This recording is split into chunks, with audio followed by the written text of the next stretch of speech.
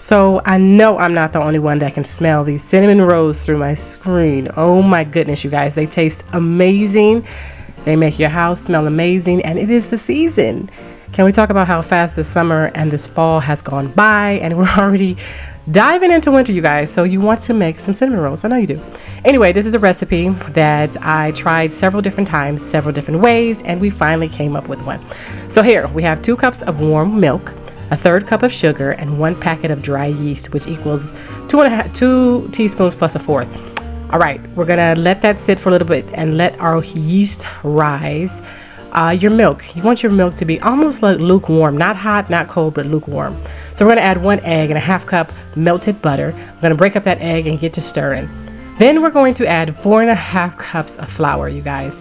So I like my dough to be a little bit more sticky. When the dough comes out a little bit more sticky, then your cinnamon rolls come out a little bit more fluffy and just amazing. I like that texture. I don't know if you guys are texture people, but I'm a texture girl, so this is what I ended up doing. 4 1/2 cups of flour. I mixed, add a little bit at a time, and I stirred. So once that flour is mixed in well, you're going to flour your workspace, and then you're going to add your dough to your countertop or whatever space that you have, and you're going to knead your dough a little bit. See how it's sticky? See how it's kind of sticking to the counter? I love that. That's what I want. I add a little bit of flour, so I don't want a dry dough, but is basically what I'm saying. So I'm going to oil my bowl after I kneaded my dough, and I'm going to add my dough to the bowl, and then I'm going to put a little bit of oil at the top, and then I'm going to cover, and I'm going to let her rise. I'm going to cover for about 30 minutes to an hour.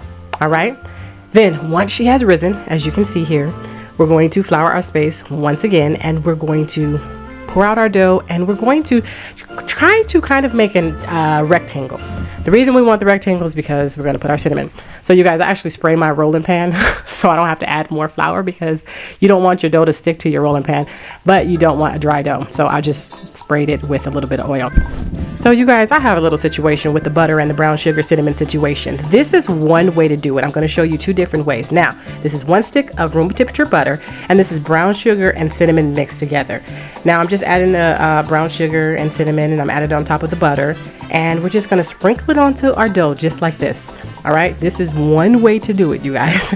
Then I took my rolling pan and I just kind of made it stick to the dough in the butter a little bit better, and I ended up rolling my dough right after this, because this is what you want to do to get your cinnamon rolls. Of course, you guys, you got to roll your dough just like this. All right, and then I cut them and they ended up like this. This is one way to do it, you guys. All right, beautiful cinnamon rolls. Now this is the better way to me. I get my room temperature butter, I add my brown sugar, and I add my cinnamon, and I mix all of it together, and then I add a little bit of vanilla.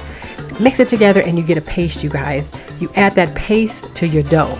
Now this way, you guys, I just felt like it was more flavorful. Everything just gelled together, and it just made it so, for lack of better words, juicy. I love the way this came out. I rolled my dough once I added that paste to my dough, and I ended up cutting all of my cinnamon rolls. So I greased my pan first. This is another pan, you guys. Make sure you grease your pan first, because you don't want them to stick. And then you're going to add each cinnamon roll to your pan. So my cinnamon rolls look extra droopy to me, they do. And I like them this way because it's very soft.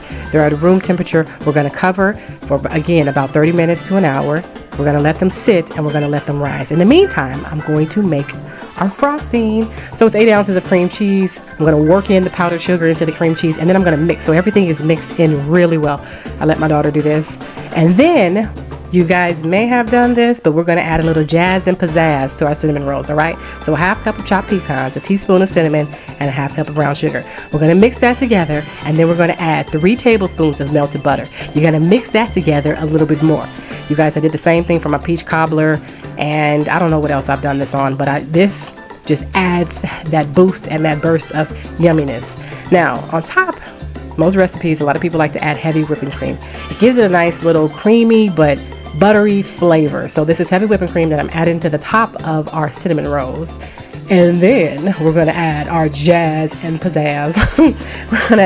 we gotta jazz the cinnamon rolls up. You guys may have done this before, but I love this. I love pecans. I love cinnamon and brown sugar because it kind of caramelizes it, gives it that caramel flavor, but it's so good, you guys.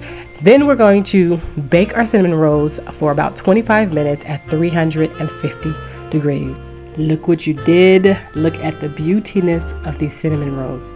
Now, you guys, I forgot to mention that I did cook my cinnamon rolls on top of a pan just in case we had spillover from our jazz, from our pecans and brown sugar. And of course we did, kind of like my apple pie. I don't know if you guys have tried the Skillet apple pie with the caramel. Oh my goodness, it's wonderful. Cook your stuff on top of a pan just so that you don't get the spillage inside your oven. But these cinnamon rolls came out amazing. They were so pleasing to my taste buds. I hope you guys try this recipe. I hope it's simple enough for you, but I don't think you need to add the cream cheese frosting if you ask me. They stand alone after they come out the oven, but if you want to add your cream cheese frosting, I'm doing that for you here. But I hope you guys try this recipe. I hope it is simple enough for you. I hope you love it, and I hope you guys comment, share, like, subscribe this recipe. I know everybody has a cinnamon roll recipe, but I hope you guys try this one. Anyway, God bless you guys. Don't forget to come back to Land Flowing Faith, Faith's Oven. God bless y'all.